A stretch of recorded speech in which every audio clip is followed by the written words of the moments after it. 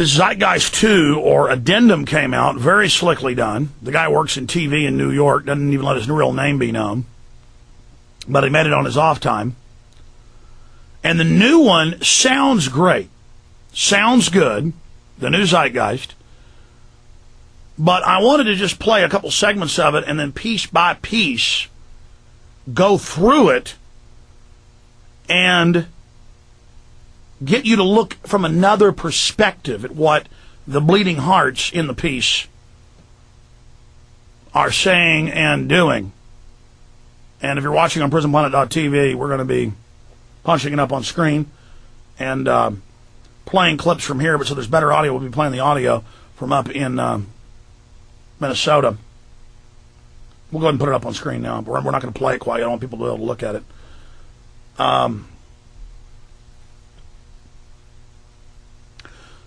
So I'm going to play clips of this, and then we're going to stop it for the rest of the hour.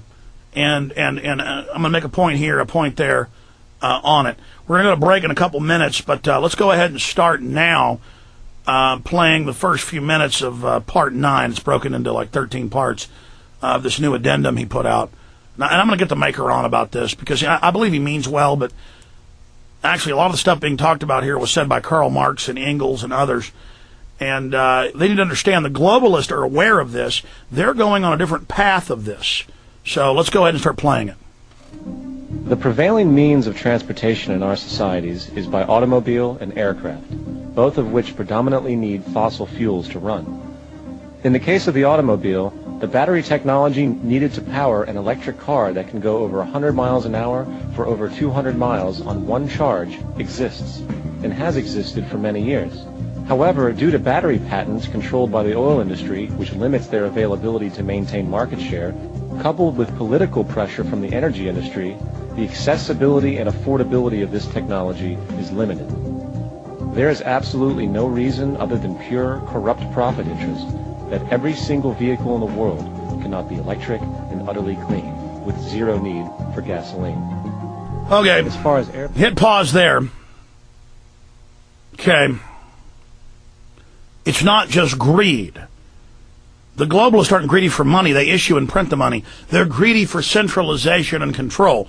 If the patents get out for solar panels they've had for more than a decade that produce, in some cases, 10 times what the best ones available do now, that decentralizes their power. Okay? It's about power. It's about centralizing power through commodities they control.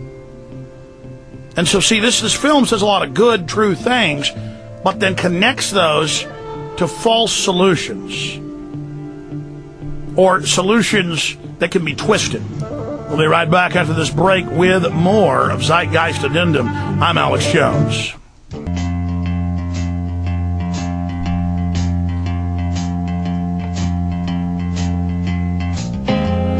Okay, let's go ahead and punch up Zeitgeist Addendum and continue analyzing it.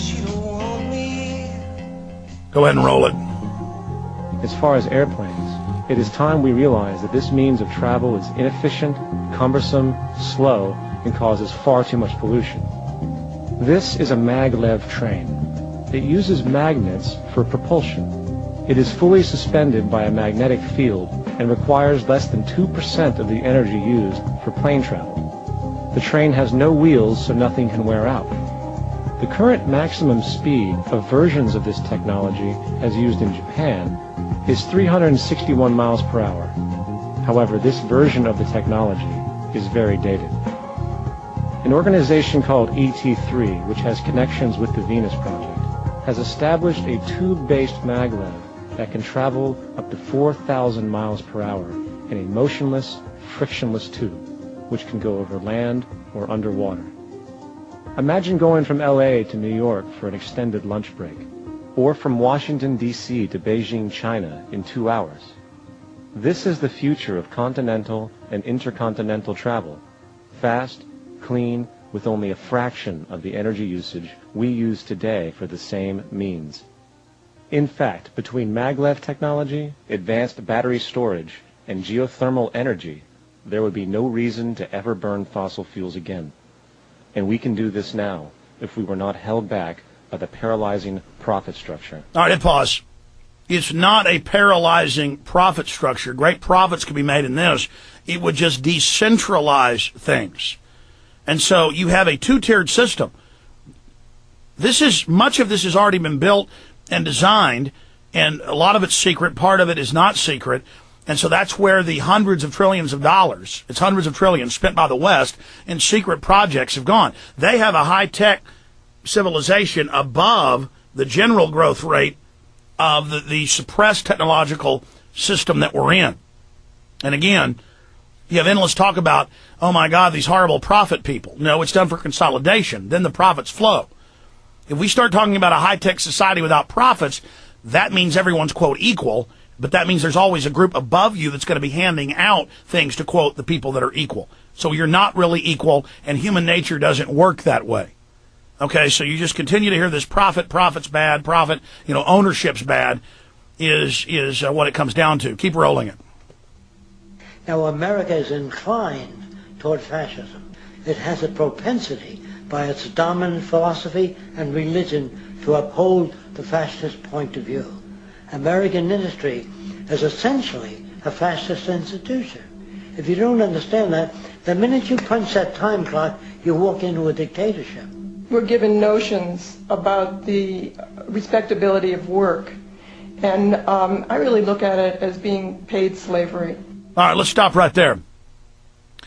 Just like with Marx and Engels 100-something years ago, they always have these little technocrats up that say, oh, it's the religious people, it's fascism, America is bad. But you talk to the elitist, and you look at what the UN's saying, they're all saying the same stuff. Okay? So they sell something that sounds great, and they always sandwich their new command and control system in with all this stuff they wow you with, all this high tech. And they say America's fundamentally fascist. When the globalists created fascism and communism, two different systems to consolidate top down. Let's continue. They're brought up to believe that you shall earn your living by the sweat of your brow. That holds people back, freeing people from drudgery, repetitive jobs which make them ignorant. All right, pause again.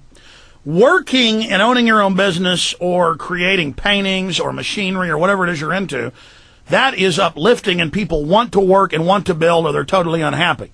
But mixing, see, they make work sound bad by comparing it to factory assembly line labor. So see, they're oversimplifying all of this. Continue.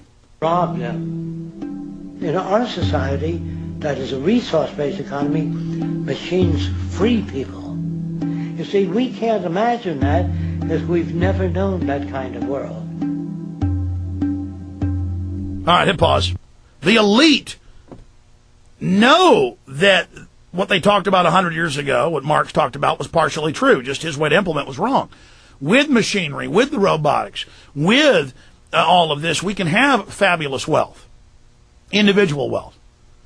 But the elite, again, are only using machinery to consolidate things, and now they've gotten to the point, because of the robotics, that they're shutting down the old free market economy and then just saying we're all going to be basically serfs and slaves, not using increased production to empower us, but using increased production by select technical systems to actually make humans themselves obsolete and not empower us. Whereas they're saying the machines would empower us, it's the opposite. It's being used to enslave us. We'll be right back after this quick break to continue. Stay with me.